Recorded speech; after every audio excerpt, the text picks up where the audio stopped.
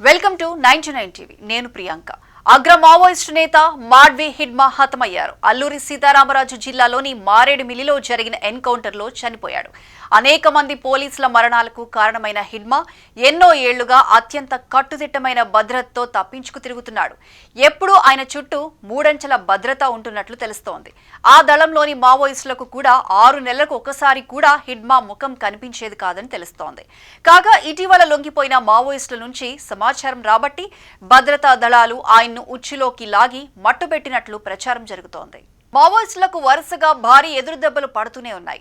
ఎన్నో ఏళ్లుగా పోలీసులు భద్రతా దళాలు ప్రయత్నించినప్పటికీ ఎప్పుడూ దొరకని మోస్ట్ వాంటెడ్ మావోయిస్టు నాయకుడు మాడ్వి హిడ్మా చివరకు ఎన్కౌంటర్లో చనిపోయాడు. హిడ్మా వయసు 51 సంవత్సరాలు. మావోయిస్టు కార్యకలాపాల నేపథ్యంలో భద్రతా దళాలపై దాడుల కోసం అనేక ప్రణాళికలను సిద్ధం చేశాడు. ఇలాంటి దాడుల కారణంగా పదుల సంఖ్యలో పోలీసులు ప్రాణాలు కోల్పోయారు. 2010లో దంతెవాడ వద్ద జరిగిన భారీ దాడిలో అతని వ్యూహాల కారణంగా 76 మంది సిఆర్పీఎఫ్ సిబ్బంది మరణించారు. అలాగే 2013లో జరిగిన జిరామ్ ఘాటి అంబుష్లో 27 మంది పోలీసులు, కాంగ్రెస్ నేత నందకుమార్ పటేల్ వంటి ముఖ్య నాయకులు చనిపోయారు. 2021లో సుక్మా బీజాపూర్ మార్గంలో జరిగిన దాడిలో మరొకసారి 22 మంది భద్రతా సిబ్బంది ప్రాణాలు కోల్పోయారు.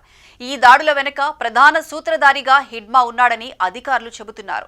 హిడ్మా కోసం భద్రతా దళాలు అనేకసార్లు శోధించినా అతడి ఆచూకీని కనుగొనలేకపోయారు.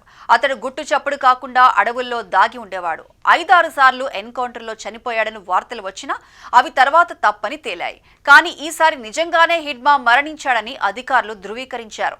అతని మృతి మావోయిస్టులకు భారీ దెబ్బ అని భావిస్తున్నారు. మాడ్వి హిడ్మా అనే పేరును మాత్రమే కాదు, అతడి చుట్టూ ఉన్న రహస్య కవచాన్ని కూడా పోలీసులు, భద్రతా బలగాలు ఇన్నాళ్లు ఛేదించలేకపోయాయి. హిడ్మా చుట్టూ ఎప్పుడూ 500 మందికి దగ్గరగా మావోయిస్టు సిబ్బంది భద్రతగా ఉండేవారని తెలుస్తోంది. అతడి దగ్గరకు చేరడం అనేది అసాధ్యమే. ఆ కారణంగా భద్రతా బలగాలను 3 పెంచినా కూడా హిడ్మాను పట్టుకోవడం కష్టమని అప్పట్లో అధికారులు అంగీకరించేవారు. అంతేకాదు, అతడి దళంలో పనిచేసే సాధారణ మావోయిస్టులు కూడా 6 నెలలకు ఒకసారి మాత్రమే హిడ్మాను చూడగలిగేవారని తెలుస్తోంది. తన వ్యక్తిగత వివరాలు బయటకు రాకుండా హిడ్మా చాలా జాగ్రత్తగా వ్యవహరించేవాడు. అతని జీవితం దాదాపు పూర్తిగా రహస్యంగానే ఉండేది. హిడ్మా ఇతరులతో కలిసి ఆహారం తినేవాడు కాదు. అతడి కోసం ప్రత్యేకంగా వంట సామాగ్రిని సిద్ధం చేసేవారు. అతని వ్యక్తిగత పనుల కోసం 2 సిబ్బంది ప్రత్యేకంగా ఉండేవారని తెలుస్తోంది. మావోయిస్టులు ఎక్కడైనా క్యాంపు వేసినప్పుడు కూడా హిడ్మా వేరే ప్రాంతంలో ఉండేవాడు. అతనిని కలవాలనుకునేవారు అతని పర్సనల్ అసిస్టెంట్ల ద్వారా మాత్రమే సంప్రదించాల్సి వచ్చేది. హిడ్మా రాజకీయాల కంటే ఆర్మీ కార్యకలాపాలపైనే ఎక్కువ ఆసక్తి చూపేవాడు.